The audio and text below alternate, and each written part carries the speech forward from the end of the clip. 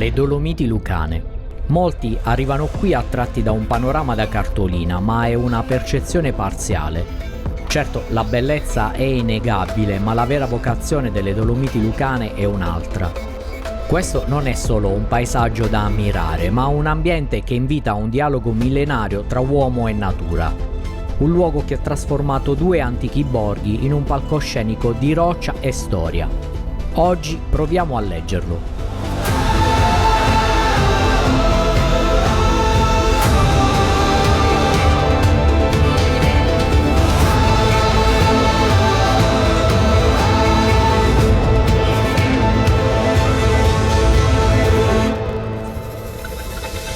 L'immagine classica delle Dolomiti qui va reinterpretata.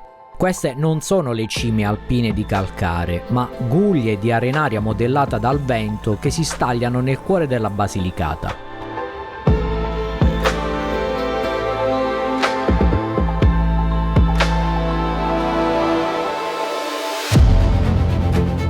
Queste montagne, oggi così aspre e verticali, erano un tempo fondali marini, emersi e modellati nel corso di milioni di anni dall'azione dell'acqua e del vento, fino a diventare uno dei paesaggi più singolari dell'Italia meridionale.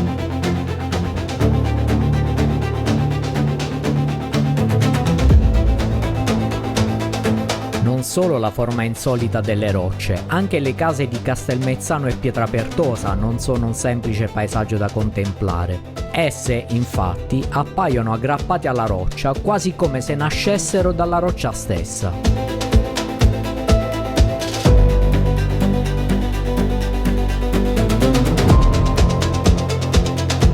Questa simbiosi architettonica è l'essenza del luogo, racconta una storia di resilienza e adattamento, dove i due borghi sono parte integrante del paesaggio, protagoniste allo stesso modo del territorio. La nostra esplorazione parte da qui, non una semplice visita, ma un'indagine su come questi due centri, Pietrapertosa e Castelmezzano, vivano in simbiosi con le loro montagne, unite da un sentiero leggendario e da una storia condivisa.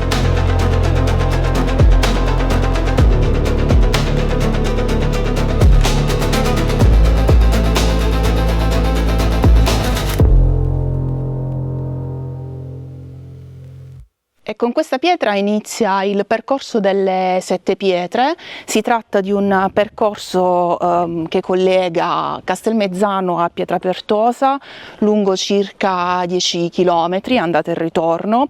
E il percorso parte da un racconto che si rifà sostanzialmente a delle leggende locali.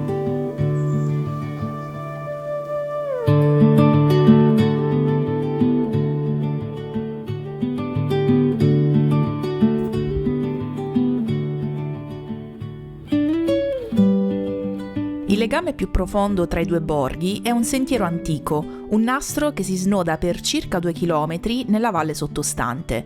Si chiama Percorso delle Sette Pietre, ma è molto più di un trekking, è un racconto che prende forma, innestato su un'antica infrastruttura contadina.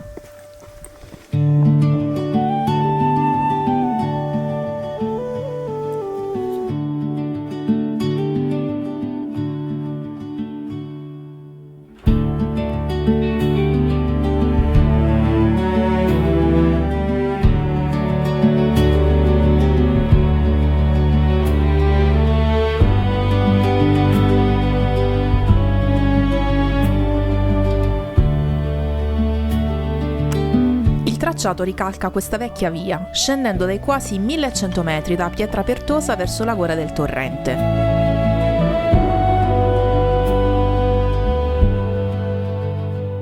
L'allestimento narrativo è ispirato al testo Vito ballava con le streghe di Mimmo Sammartino e ogni sua tappa è scandita da una scultura che evoca un frammento della leggenda, destini, incanto, sortileggio. Guardarono con invidia Vito e la strega sollevati dalle vigne, paese lontano e un ballo notturno, e poi due occhi selvaggi, scuri e profondi come la notte. Lungo il percorso, installazioni sonore sussurrano brani della storia, fondendo la narrazione con i suoni del bosco.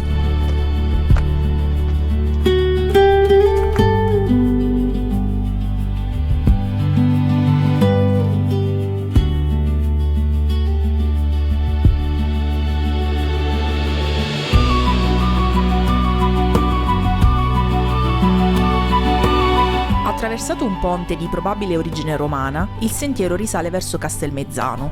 La fatica della salita è ripagata da un contatto autentico con il territorio. Camminare qui non è solo muoversi, ma ascoltare.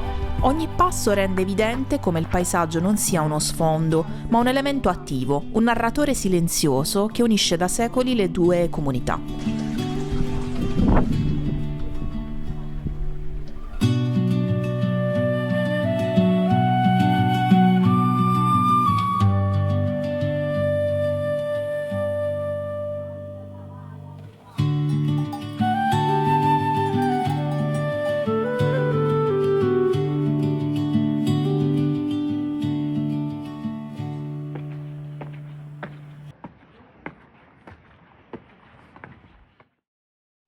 Il castello di Pietrapertosa è di epoca sveva normanna e si erge sul promontorio del paese con una visuale davvero che lascia senza fiato.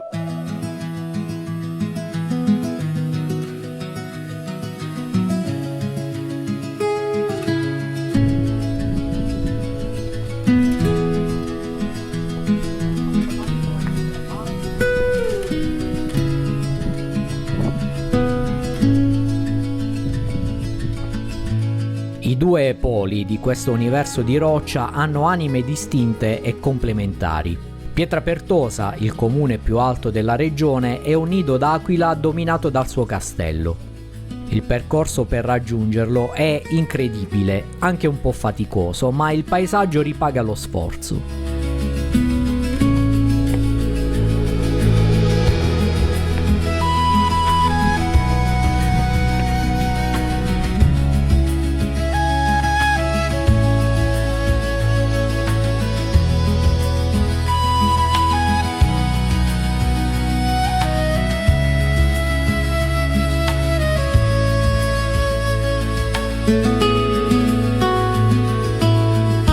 Le rovine del castello sono fuse con la roccia e raccontano una storia di strategia e potere.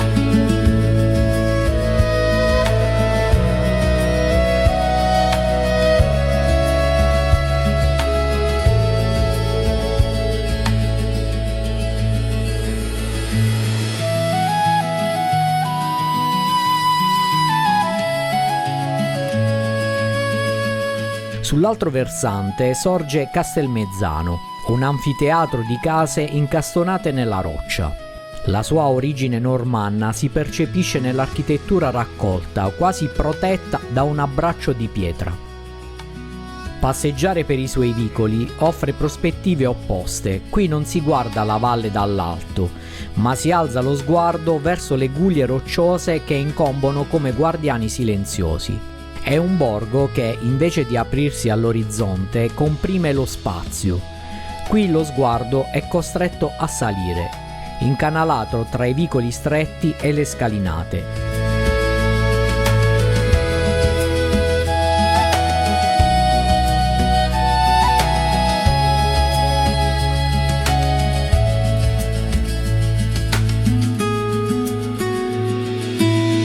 Pietrapertosa e Castelmezzano non sono il risultato di una sola civiltà, ma di una lunga stratificazione di popoli e dominazioni, dalle origini antiche alle influenze arabe e normanne, che qui hanno trovato nella roccia protezione e possibilità di insediamento.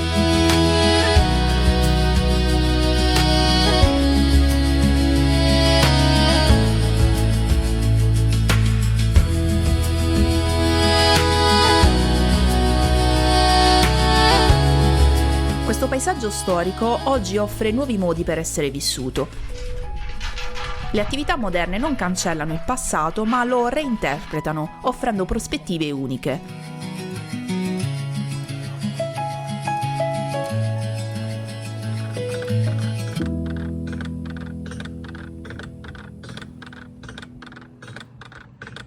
Eccoci, stiamo per salire sulla slittovia di Castelmezzano, è un attrattore che è recente, molto recente, è stato aperto nel 2025, ad aprile del 2025.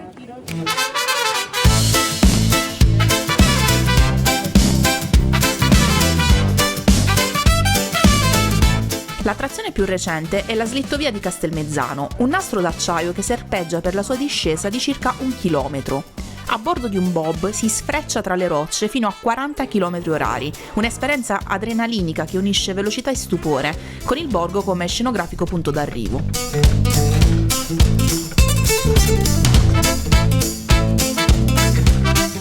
Poi c'è l'esperienza più celebre, il volo dell'angelo. Più che una zipline, è un attraversamento aereo della valle. Agganciati a un cavo d'acciaio si vola per quasi 1,5 km tra i due borghi, raggiungendo i 120 km all'ora. È un'immersione totale nel vuoto, una sensazione di libertà che permette di abbracciare con un solo sguardo l'intero anfiteatro delle Dolomiti Lucane.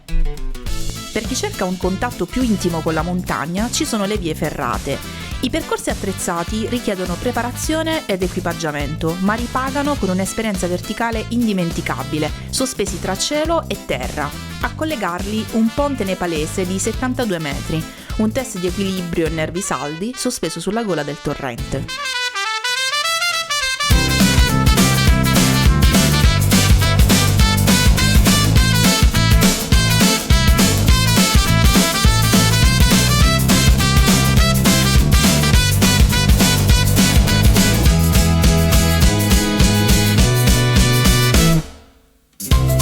A fine giornata, mentre il tramonto tinge di arancione le guglie, il paesaggio viene osservato con occhi diversi. Le Dolomiti Lucane non sono una semplice destinazione, ma un'esperienza che trasforma la percezione. Pietrapertosa e Castelmezzano, con le loro storie incise nella pietra, sono i custodi di questo dialogo tra uomo e natura. Non a caso questo territorio è oggi citato a livello internazionale come esempio di turismo montano sostenibile, un modello di rinascita delle aree interne studiato anche fuori dall'Italia.